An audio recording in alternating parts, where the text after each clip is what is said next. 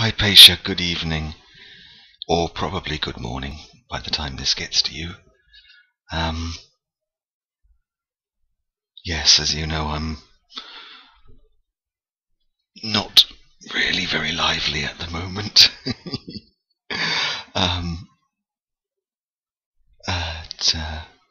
I've had a reasonably good day, and it's very nice to finish my day by doing this for you. I've done quite a few of these today, and the poor, unfortunate people who got the early ones were subjected to the sight of me not having shaved. I'm actually shaved for about 4 or 5 months. So in a sense, although you may not believe it, you are one of the lucky ones, possibly the luckiest, because after I have done this and fiddled around with video formats and uploads and all sorts of technical things that should be so easy but are a real pain, I am going to sleep, and I'm going to sleep happily and long, and I hope that you did too last night. And because I am so monumentally disorganized, I've just seen it. I have got Caves of God sitting here somewhere. It's right behind me. Oops, let's see if I can grab it without creating too much of a mess. Right, here we are. That's my edition of it. And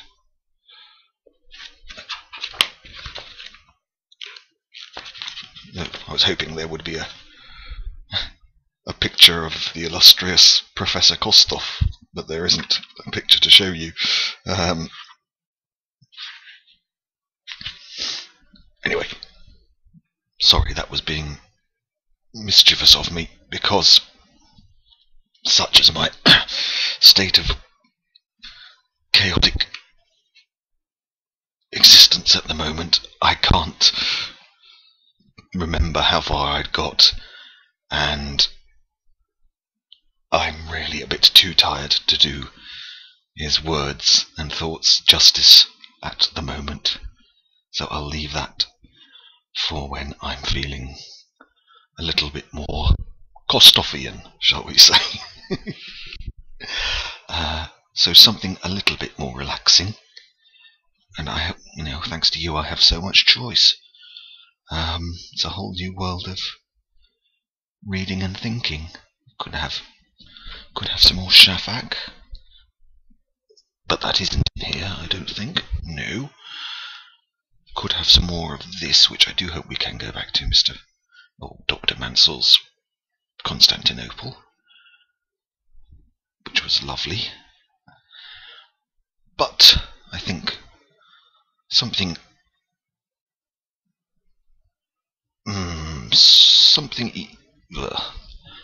not lightweight, but not too demanding for my very dopey brain, will be a book on rather wonderful films. And I'm hesitant to read this because I haven't yet seen enough of these films to know anything much about them. Although I will just tonight read the brief 2 or 3 pages which the author, Gernul Dönmez-Colin, sorry, I'll try that again. Gernul Dönmez-Colin. I hope that makes sense. I'll put it close to the cinema. I'll put it close to the camera. You might be able to see it better. You can see it there. And I'll just read what he writes about the film that we love, Uzak, and I hope you get this in the morning. Right, I am ready to crack.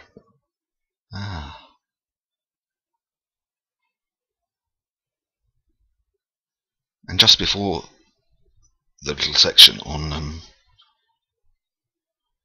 Uzak,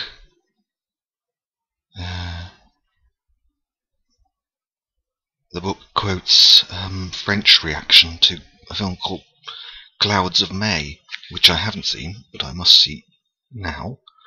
And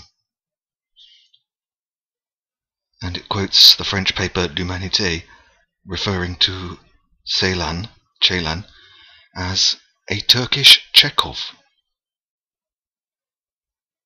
commenting that the richness of Clouds of May does not stem only from its distance from the characters. The film also speaks about the village life that is disappearing, the longing for big cities, and the dreams of toys that won't leave the kids alone. L'Humanité continues, in short, it reflects the situation in today's Turkey, which is not much different than in other places. Well, I'm not really sure that adds anything to general understanding, but never mind. He then goes on to he, Gönül.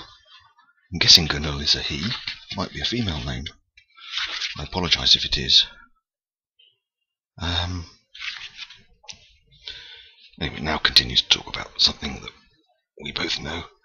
Uzak continues the central theme of home, identity, and belonging, explored in The Small Town and in Clouds of May.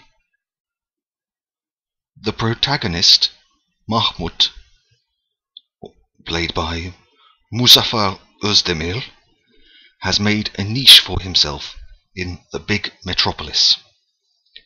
He is both inside and outside. Mahmut is distant to the women in his life. His ex-wife, his mistress, his mother, and his sister. He is distant to his cousin, who reminds him of the roots he thought he had severed when trying to build a new identity in the urban environment. He is distant to his work, having chosen the shortcut of material gains rather than pursuing his artistic dreams. He is distant to commitment to a human being. He forced his wife to have an abortion. He treats his cousin with disdain, his mistress with detachment, and he is unable to express his true feelings to his ex-wife, who seems to be important to him.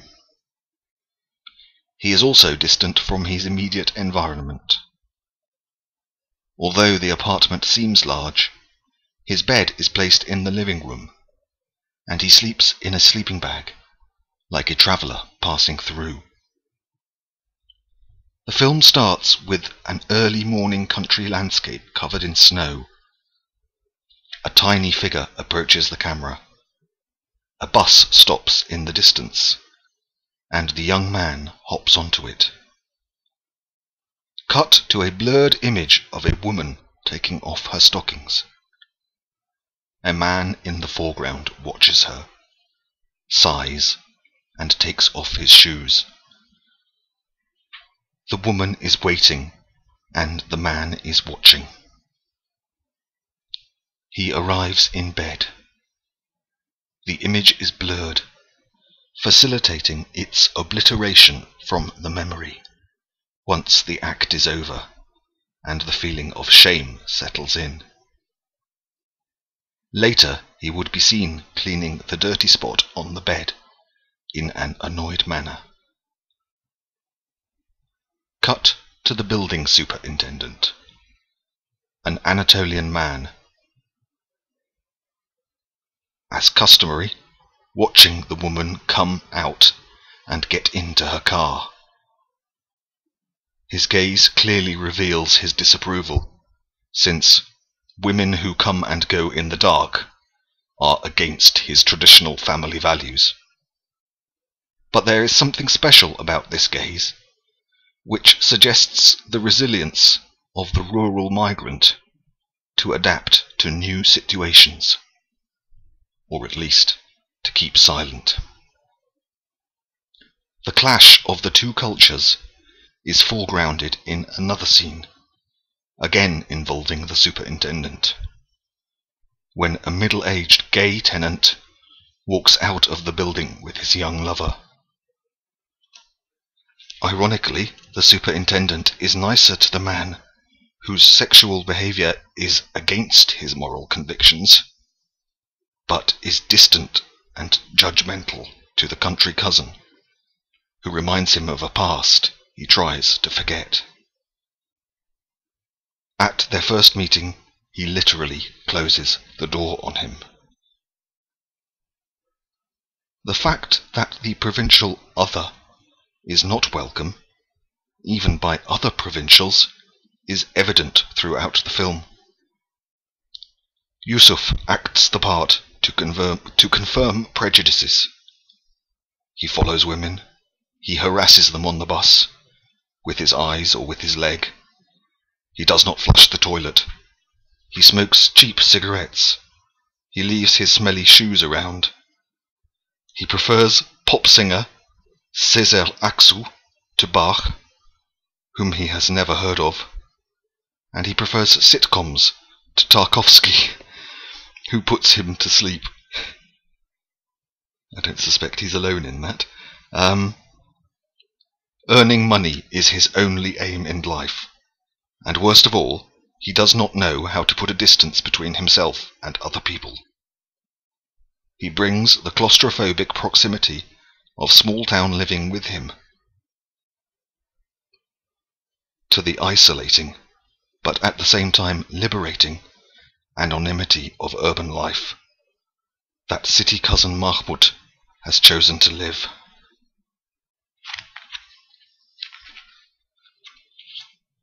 While Mahmud is distant, Yusuf is distanced. The provincial is permitted to exist in the metropolis as long as she or he is invisible. Mahmud divides the apartment, pushing Yusuf to the back room at the end of the long corridor.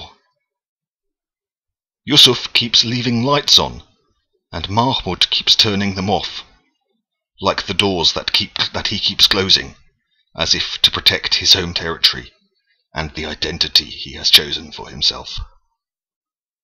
The other must be left outside.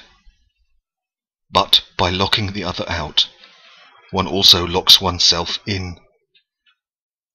In this respect, the trope of the mouse trapped in the kitchen is applicable to both characters, although the method of each for eliminating the animal is quite different. I don't remember the mouse. I'll really have to watch it again. The relationship between Mahmud and Yusuf reflects the tension between the urban and the rural milieu in Turkey, and the transformation of the intellectuals who have chosen to serve the system. In the process, they have distanced themselves from their ideals.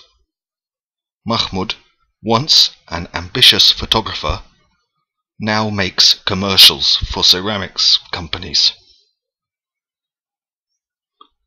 Algan points out that the character of Yusuf as the unemployed provincial, abandoned and aggrieved, is presented with empathy, whereas Mahmud's character is selfish and opportunistic. Severed from his traditional and social ties, Mahmud is in tune with the existing economic system. The tension between the two cousins, which is experienced deeply in an apartment at the center of the city is a powerful trope for Turkish society.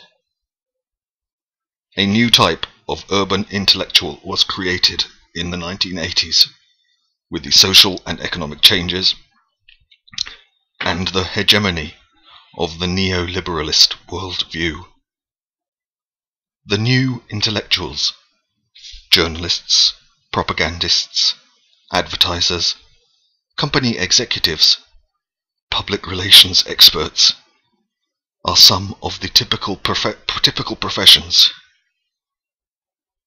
felt to be autonomous from society, and in practical life they give all their creativity to the service of capitalism. Mahmud is one of these new intellectuals.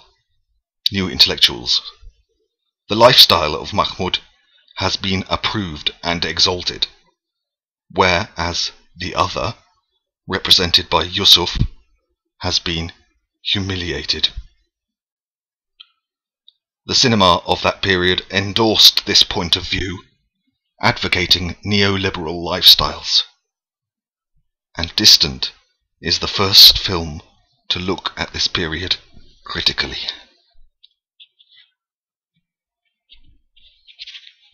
And unfortunately I don't honestly remember enough about the film to recognise that most of what is written there, but I'm looking forward to going back to it and seeing if that helps.